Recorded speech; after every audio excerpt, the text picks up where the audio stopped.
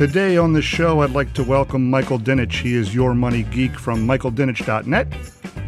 He has been quoted on MSN, CNBC, The Street, Yahoo Finance, and many more sites. He has been in the finance industry since 1999. He is also a fellow personal finance blogger, obviously, and you can see him all over the Twitterscape giving bits of advice to anyone and everyone. Welcome to the show, Michael. Would you like to introduce yourself? Oh, thank you. Thank you so much for having me. I'm Michael Dinich. I run the blog Your Money Geek, where we use pop culture and inspiring stories to make personal finance fun and accessible to everybody. Wonderful. Yes, I do follow your blog, so I've read many articles on it. I also follow you on Twitter, obviously, so I know that you do a lot of interview style posts. Correct. So you do a lot of, like you said, pop culture. I know you interviewed Perez Hilton, people like that, radio personalities, as well as finance personalities. So I know it's not just finance pigeonholed to finance. I know you do a lot of things on your blog. So you are pretty spread across the spectrum. Thank you. Yeah. You're welcome. Yeah. We're just trying to, we're trying to inspire people to live great lives. So we talk to anybody that has a little bit of, we're kind of looking for those nuggets of wisdom, right? Where just anything we can find to encourage people to be a little more productive, maybe pursue their life's dream, pay down, maybe a little bit of debt. Where we're just trying to, really inspire people to improve, to live better lives. And that's really the bottom line. What you want to get across, what anybody should get across is life improvement in general. And that's, kudos to you for doing that.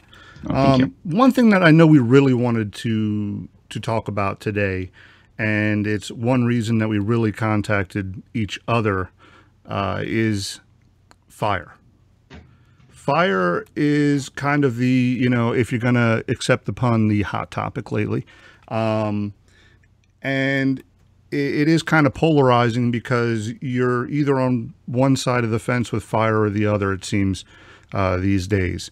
So, in reading your blog, I know there are articles for it and against it. And, what is your overall general, I guess, synopsis view on FIRE? That's a great question. So, and for those of you that don't know, I imagine most of you people know, but FIRE stands for Financially Independent Retire Early. I actually came into kind of a long-winded answer, I apologize, but I kind of came into this blogging industry a little bit late to the game. I was in personal finance for over 20 years, but I really didn't know anything about blogs. And so in personal finance, we talk about financial independence. In the financial planning community, we talk about financial independence. And being financially independent means you have enough money, you have sufficient assets to comfortably maintain your standard of living. And so normally the goal of financial independence in the financial planning community, typically that means you have enough assets to reasonably produce your living income. So when I came into the blogging kind of industry, I started learning about FIRE, and they think of financial independence completely differently. And they kind of view it as, well, if you have enough money to meet your expenses, right? Well, then you're financially independent and potentially retire early. And then you can maybe, do a side hustle or something for a little extra income and kind of, leave the workforce and live the good life. And, it's a wonderful goal. I mean, everyone should try to kind of hit the point where their income can, their income or their assets can produce their expenses. That provides all kinds of safety nets for them. But the thing is, and particularly these young people trying to reach, FIRE, I think sometimes they're really underestimating some of the risks that are associated with actually, reaching FIRE, trying to be FIRE, leave the workforce early, expenses rise, life events happen, and I don't find that a lot of these people that are trying to pursue fire are adequately preparing for some of the risks. And I have to say that I agree with you there. I mean, I'm a little old for fire, thus the middle-age money man, and not the millennial money man, who is a totally different person, by the way. But, Sure. but, and, the financial independence is, it is a calculated number. But you have to wonder too, why these fire enthusiasts want to leave the workplace.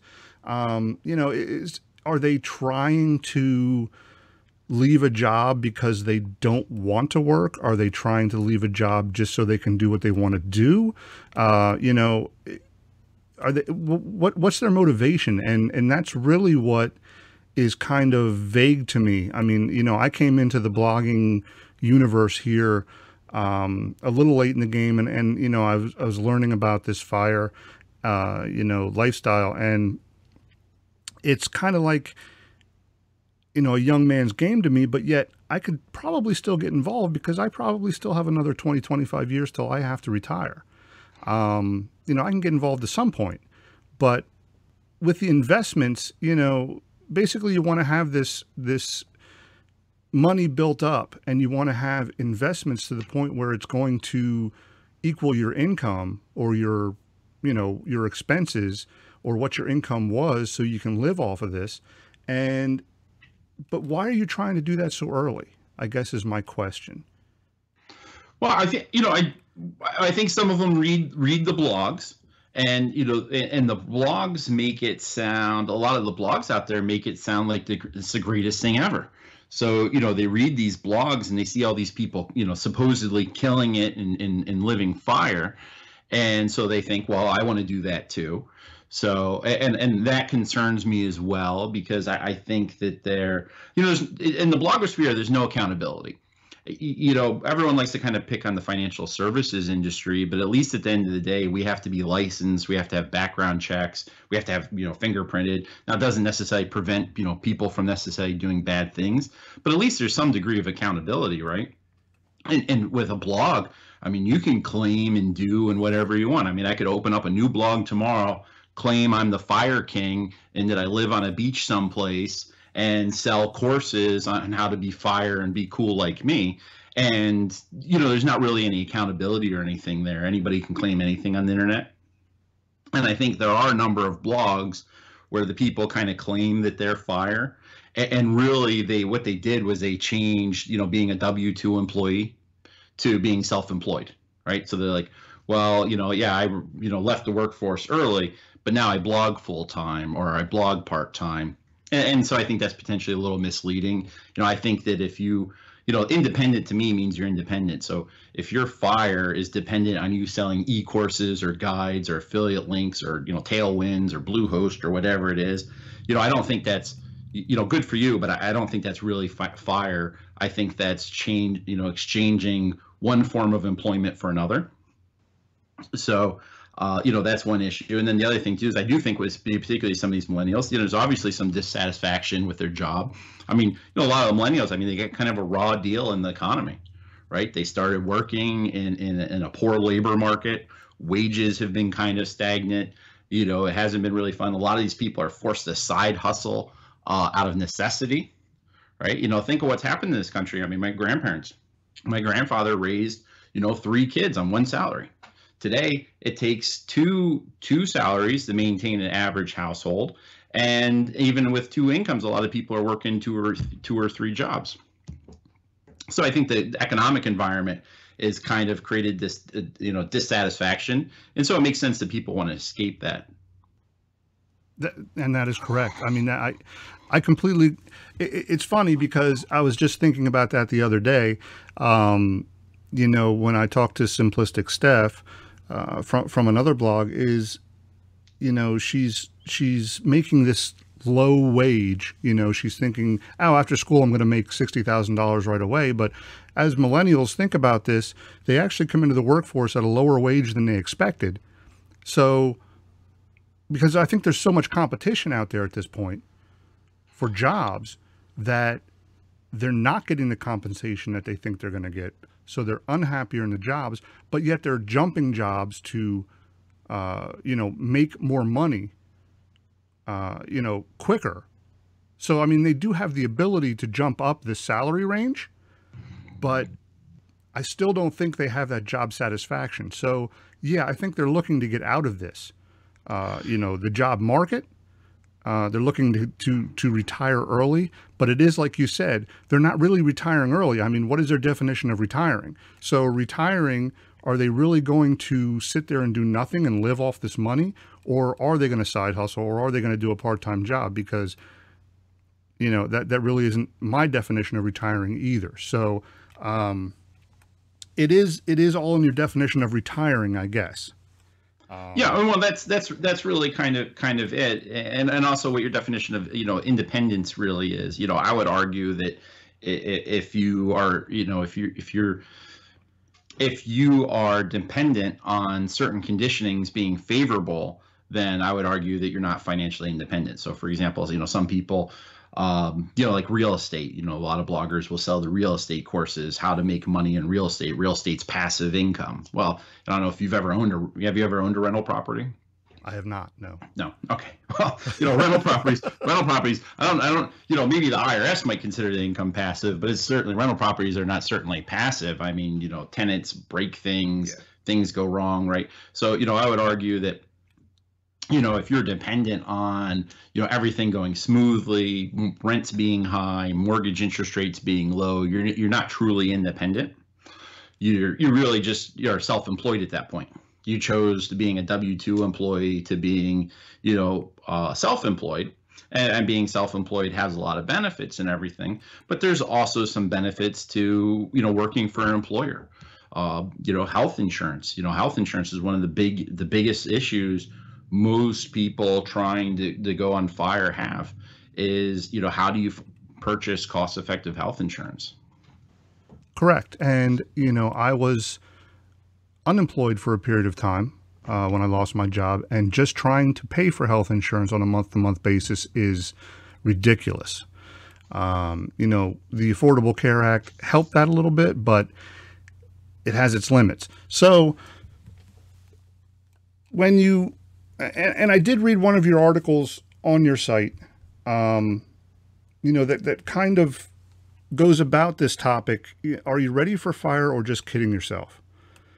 Where you kind of define FIRE, you kind of go and look at the pros and cons, but then you say, okay, you're on the path of FIRE. What is your definition of FIRE? What is, what do you consider? And it's just like what we were talking about. What do you consider retirement? What do you consider being independent? And then are you really planning this out? And have you thought about the future and what could possibly happen?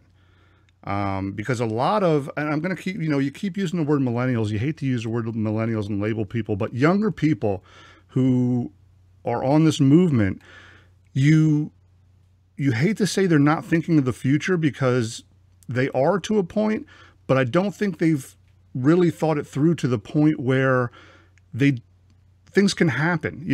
They may be single at the time. If they're looking to retire in their 20s or 30s, they may not be thinking about a family at this point. So what happens when you get a spouse and a child? What happens when you become sick, or injured or something like that? And you explain this in your article, and it's really well written. Oh, thank you. So on that note, the whole community kind of knows what happened, on the Afford Anything podcast on October 1st, right? So, with Paula Pant. Yeah, that was a big deal. Absolutely. So Suze Orman kind of went off and had her moment. So, along those lines, you kind of said, and you kind of reiterated, I guess, and I'm not going to say you reiterated because, really, your article was written September 12th. So it was before that whole thing happened. So let's kind of talk about that podcast if you want to, if that's okay. Yeah, absolutely. Because that, I mean, everybody's talking about it right now, and Yeah. it's important. It's an important discussion to have. You know, it. You know, I think that Suze Orman kind of exposed herself a little bit by being, you know, maybe a little bit of out of touch, but actually some of her criticisms, you know, had some merit. She was very out of touch. I mean, you know, saying she lived on a private island with hundreds of millions of dollars. But yeah, she is. I mean, she is in her own little. I'm going to say she's in her own little world, but she Sure. kind of is. But you know, she's what I call old school money, and you know, she's what I mean, 60. What'd she say she was? 67, something like that. So yeah, she has her views on that. She's reached her point. And listening to that podcast and listening to that interview, it was just so direct from her and so angry almost that it just took and directed her anger at a whole, almost like a whole generation or a whole group of people at once, you know? And she did have valid points. And I agreed with what she was saying. She just kind of said them over and over. It was almost like a limited number of points that she kept repeating, you know, as far as what happens if you get sick, what happens, you know, with insurance, what happens. She basically had like 4 or 5 points that she kept repeating. But they were definitely valid points. So, I mean, what were your thoughts on what she had to say and how she had to say it? Well, I think some of the points were valid. You know, but her expectations, you know, she's just, you know, her perception, you know, your perception of reality kind of shapes your views, right? The kind of the bubble that you live in shapes your views.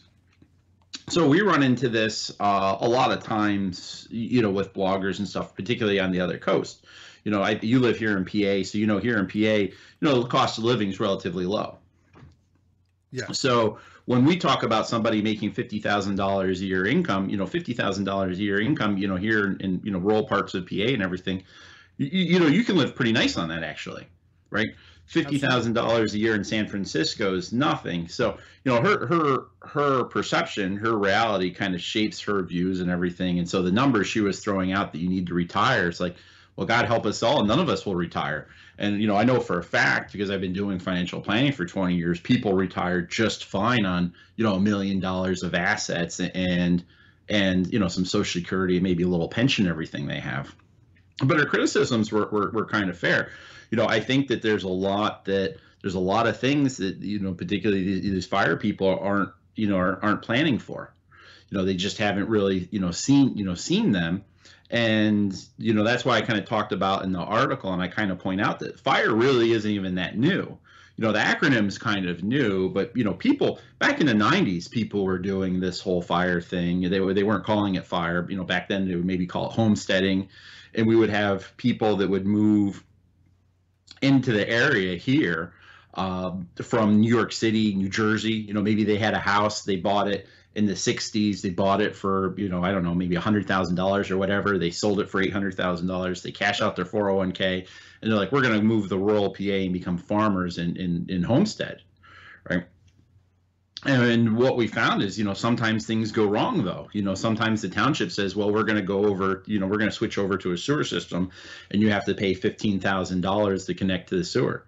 And if the people didn't budget for that or plan for it, they didn't have the money. I actually had a retired couple, get divorced because the husband wasn't willing to go back to work. He had this dream of being a homesteader.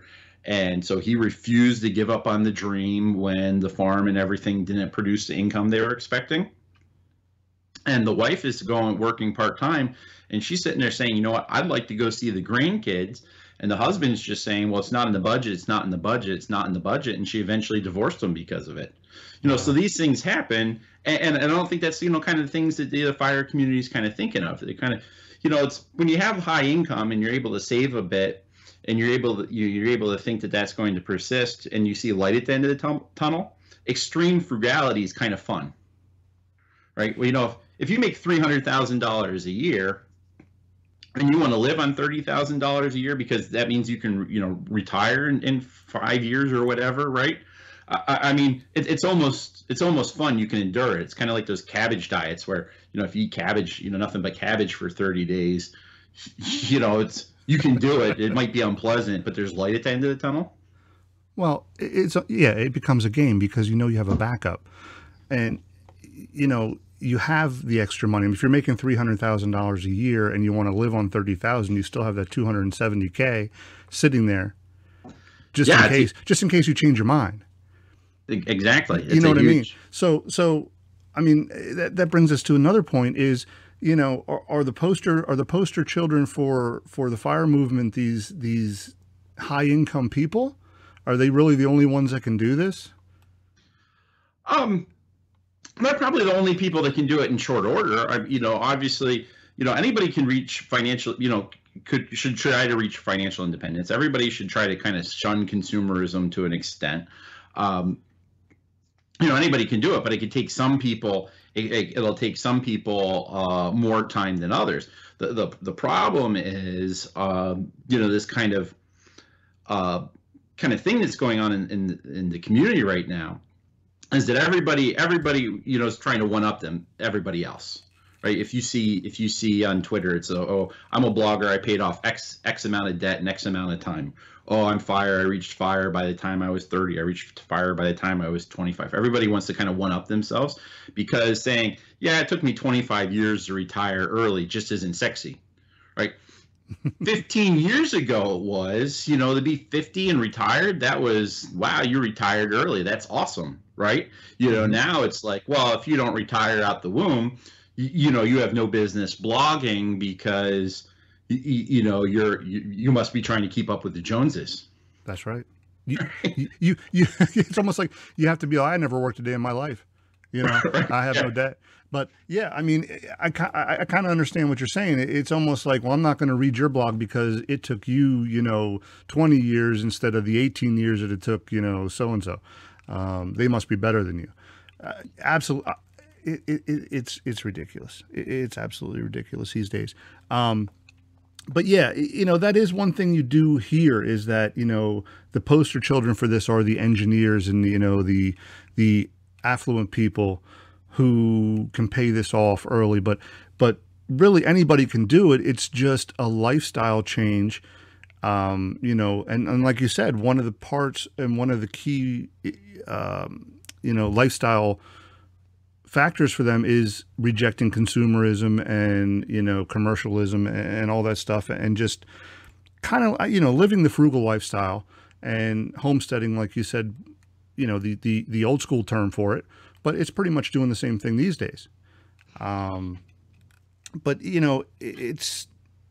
I don't see much of a difference between the FIRE movement and really the debt-free journeys that people are on in their everyday lives who just make, monthly budgets and use, say, the debt snowball and debt everything, debt avalanche methods and everything else that just try to be frugal, except they don't put numbers to it. Like, I don't need 25 times my, annual expenses, saved up before I can do this and that. And I guess, the main thing is, oh, I don't want to retire early. But the thing is, again, do the majority of people who retire actually retire? So, I mean, that's a key point too. That's debatable. So is it that much of a difference in FIRE as opposed to just a debt-free journey? No, there's definitely some similarities there. There's definitely some overlap. And I think everybody should, probably try to, I think everybody can learn from the FIRE community and use some of the techniques and everything. But the other thing too is, I think part of the problem is the FIRE community, has also kind of turned some people off. Like I think the FIRE, if you're really in the FIRE, it's exciting and you live it and you think it's fun and you tour the blogosphere and you go to all the blogs and everything and people have a lot of fun with it. But I think what a lot of people on the outside, outside of that kind of bubble, what they miss is FIRE also has a little bit of a PR problem, right? Public relations problem. because it is actually turning some people off, right? It's turning some people off that they could actually help. And it's, extremism, which the sexy headlines and everything sell, and they get the Business Insider stories and the features on the big magazines and stuff, because, the big financial outfits, they're always looking for the next, money mustache or whomever, right? So they're looking for all these people, but a lot of people on the outside in the mainstream are sitting there going, that's just a little too extreme for me. I don't know if I want to do that. Because it lacks balance. Those people get turned away. So, to me, it's really important that people know, hey, you know what, if that's too extreme for you, if you don't want to save 70% and you only want to save 30%, that's fine. You're saying, hey, just for quality of life, you want to work a little longer, save a little less, so you can take your kids on a vacation every year where they're young. What's wrong with that? That used to be the American dream, didn't it? Absolutely. You can have balance. You can save some, you can spend some, and you enjoy it. It's like sometimes I get this sense from some of these millennials. Like, read something the other day about millennials holding off to having kids until they reach FIRE or something. I think the headline went. I don't know if you saw that one, if you know who wrote that post. And I think, I have 2 kids at home. I wouldn't change, give up my experiences and everything I've had with those kids for any amount of money. And as I age, I find, I'm glad I had the kids when I did, because I find my age is catching up on me a little bit.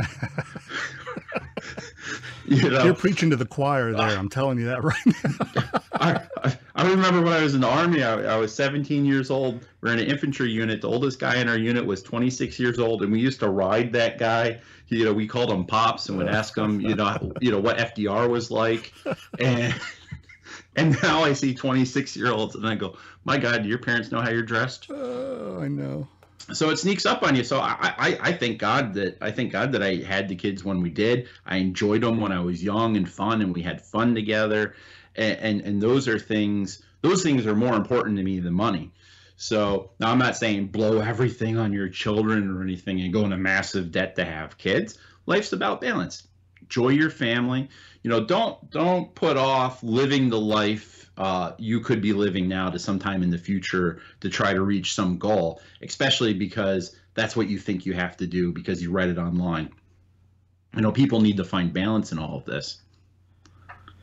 And that's one of the main things that you're trying to tell people is it's okay to strive for FIRE. Just be flexible about it and realistic, right? Absolutely. Okay. And I think that's with any lifestyle or anything that you choose is, what's the old saying? Anything, moderation. Moderation is key, correct? So, definitely choose. I mean, if you're striving for FIRE, do it. But if you're not comfortable with the 70%, or you're not comfortable with the guidelines that are there, do it on your own terms. Be happy with what you're doing. Be happy in your life, because that's going to be the key to everything. Don't let anybody dictate to you what you need to do financially. Do what fits your lifestyle, but what will ultimately help you achieve your goals.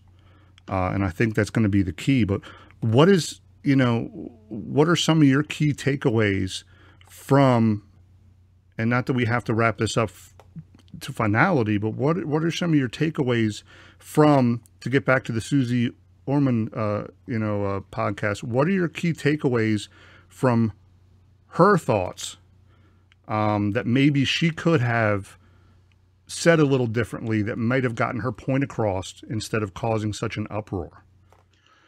Well, I think she illustrated indirectly. She illustrated extremism to any side of the thing, causes problems.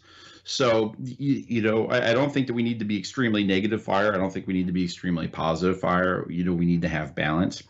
I think that she illustrated a key point also indirectly, is that people in certain bubbles, certain situations, certain demographics, certain cities, certain locales are going to have certain experiences.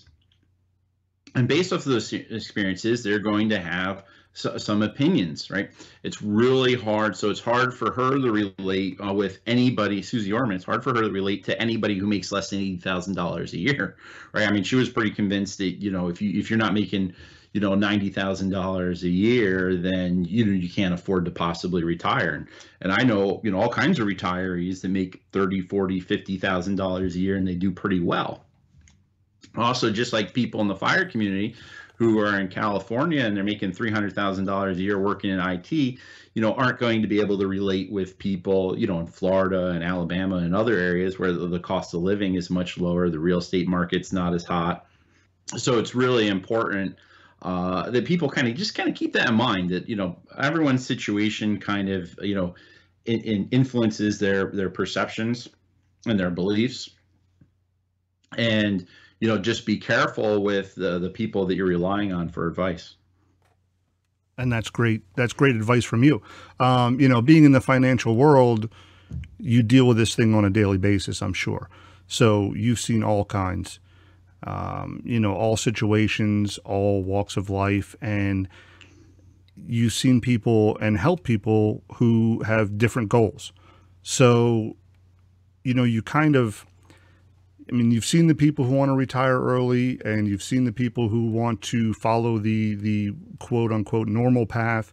So, you know, you've seen both sides of the fence, and then you know, you have an idea. But coming from the financial, you know, the actual business side of the financial world, you know, it's nice that you get to see that and have that point of view. Yeah, the experience is nice, and particularly because, you know, my practice, because, you know, we do live in a rural area. So most of my clients are, you know, people always think when they think of financial advisors, particularly in the blogosphere, they think of like, I don't know, like the Wolf on Wall Street or something, where, you know, I'm meeting with, you know, billionaires and stuff, right? You know, most of my clients are blue collar people. I mean, Teamsters, people that work at the union, factory workers. I mean, these are regular salt of the earth people, right? So, you know, they're not millionaires. I mean, I do have some millionaires, and, you know, certainly I don't have any billionaires. But these are regular people. Even like if you think about like physicians and stuff and doctors, you know, most of them that we work with is maybe only like 1% of our client. It's mostly, you know, teachers and blue collar people. So you learn a lot working with blue collar people. And I find that a lot of these like IT, you know, a lot of the people in the blogosphere and stuff that are IT professionals that are making, you know, six-figure salaries and stuff, you know, they just don't know what it's like to make $50,000 or $60,000 a year. So that advice just really isn't geared towards them. And, you know, just, you know, a lot of those people that are making $50,000 or $60,000 a year, you know, they can do a good job saving money, but they're not going to be able to hit those savings rates that some of those other people do. They're not going to be able to hit FIRE as quickly. And also, you know, they take on, you know, they have more risks. This is something that, you know, a lot of people don't think about. You know, I had a client who is a Teamster. So, you know, basically a delivery driver, right? Mm-hmm. He was helping his father move some furniture in his house, and a bowling ball fell out of the drawer. They didn't realize it was in there. The bowling ball fell out of the drawer, broke his foot. Okay. Do you know what a truck driver is with a broken foot? Out of work. Useful. Yeah, I was going to say not very useful. Do you know what, if that same thing happened to an IT worker, right? If you're a computer programmer and you're moving over the weekend and you drop a bowling ball on your foot, you still have a job, right? Right. You can still work. So, you know, they like, you know, a lot of times like blue collar workers and stuff, you know, they got to think a lot differently about risks, right? They take on, you know, risk of injury and things can put them out of work that, you know, would just be a minor inconvenience for, you know, an IT professional or, you know, software programmer or whatever. So they gotta think a little bit. And I don't think that that's coming across in most of these blog articles and everything. And I don't think a lot of these young, you know, fire people are really thinking about that stuff, because the influencers, you know, on these blogs aren't talking about all that kind of stuff. right? You don't see, Mr. Money Mustache, great blog, don't get me wrong or anything, but you don't see about them really talking about, hey, if you're, if you're in the trades, if you rely on your body to make money and produce income, you need to, think about risk a little bit differently than, a professional. Absolutely. And it's all on your point of view, because the people who blog about that probably don't have that point of view on it. Yeah, they've never experienced it. I mean, even so, myself, my job's kind of cushy. So, being an advisor and blogging myself. So without having that experience and seeing people go through it, I wouldn't even necessarily have connected the dots myself. But so it's really important that the people you're kind of getting advice from, just, take the advice with a grain of salt, because they might not be in the same situations that you have. And also too, if anything online, they might not be what they claim either. True. So basically, my takeaway on F.I.R.E. is do your research, know where you stand in your point of view as far as what your risk is in the future, what your risk is now, and what you're willing to do, how quickly you want to achieve it, and be flexible with it. So what is your takeaway to wrap things up here? So I think the other takeaway I would have is also, it kind of goes over the age-old adage where if you're not happy without money, you won't be happy with it. So I think particularly too, with these people who are chasing F.I.R.E. and it's a great goal and everything, but understand that, if you can't find happiness without reaching the F.I.R.E., then probably reaching F.I.R.E., you're not going to find happiness either. Are you familiar with the story of the fisherman and the businessman? You can reiterate it to me. I do an awful job of telling stories. That's all right. You're doing great. The best thing is to probably look up the story of the fisherman and the businessman. Google it. It's a great story. But basically, the premise is that a businessman goes to a tropical locale, finds a small fisherman that has a single boat. The fisherman takes this businessman out to go fishing and finds a little hot spot and catches all kinds of fish. And the businessman says, well, you're the best fisherman I've ever seen. I'm a big shot fisherman. I could get venture capital and everything. We could come down here and you could be running a whole fleet of boats and you could make all kinds of money. And the fisherman asks, well, then if I had all kinds of money, what would I do with it? And the businessman says, well, you'd have all kinds of money. You could do anything you want with it. He's like, all I want to do is retire and have a little fishing boat and take people out fishing. Right. So the moral of the story basically being that the guy was already doing, what he'd want to do. Yep. So I think you have to kind of find happiness, happiness, without money. Find the things you're doing. If your work's not really, if your work's not rewarding, if you're not feeling fulfilled, maybe consider doing something else. But you really have to kind of question, why. Why you're not being, rewarded at work. Does that make sense? Absolutely. Find your why, basically. Yeah, absolutely. And know that if you're not happy now, being retired and having lots of money probably won't make you happy. So, they say money can't buy happiness. It's usually true. It can buy you lots of things, but it's not necessarily going to buy you happiness. So. No, you have to find you have to find the happiness and don't delay enjoyment that you could be having now. I mean, it breaks my heart. It really does when I just hear stories about people who think, oh well, I have to reach F.I.R.E. before I could have kids or do anything. I mean, we don't know what the future is going to hold. You don't know what might happen with your health and everything. Don't put your life on hold just to reach some standard because you feel that's what everybody else is doing. It's almost like we replaced keeping up with the Joneses, those consumerist Joneses, to keeping up with this new F.I.R.E. version of the Joneses, the anti-consumer Joneses. Right. There's always something that replaces the Joneses. It's always going to be something new. Absolutely. And it always takes away from enjoyment somehow. It replaces it with something. But I do appreciate you coming on the show. Again, this is Michael Dinich from Your Money Geek, michaeldinich.net. Do you have anything you want to plug? Well, just I hope everybody will stop by and check out the blog. We have a lot of great content on there, a bunch of fun interviews. So hopefully people will come by and check out the blog, and then also too, because Google still doesn't love me yet. If people, Google doesn't love anybody. If you would please follow me on Twitter, that way I can write posts that are fun, and I don't have to try to learn how to write posts for Google, which I'm convinced Google will never love me. I'd really appreciate it if you could follow me on Twitter at Michael Dinich for all kinds of tips and tricks and hacks on how to save and make more money. If you want to reach FIRE as quick as possible, we'll share some unique ideas to do that. If you want to go a little slower, we'll help you do that as well. And Michael has some incredible tips and tricks. Definitely follow him on Twitter. He has some great tweets and great posts. Definitely follow his blog. Follow him everywhere.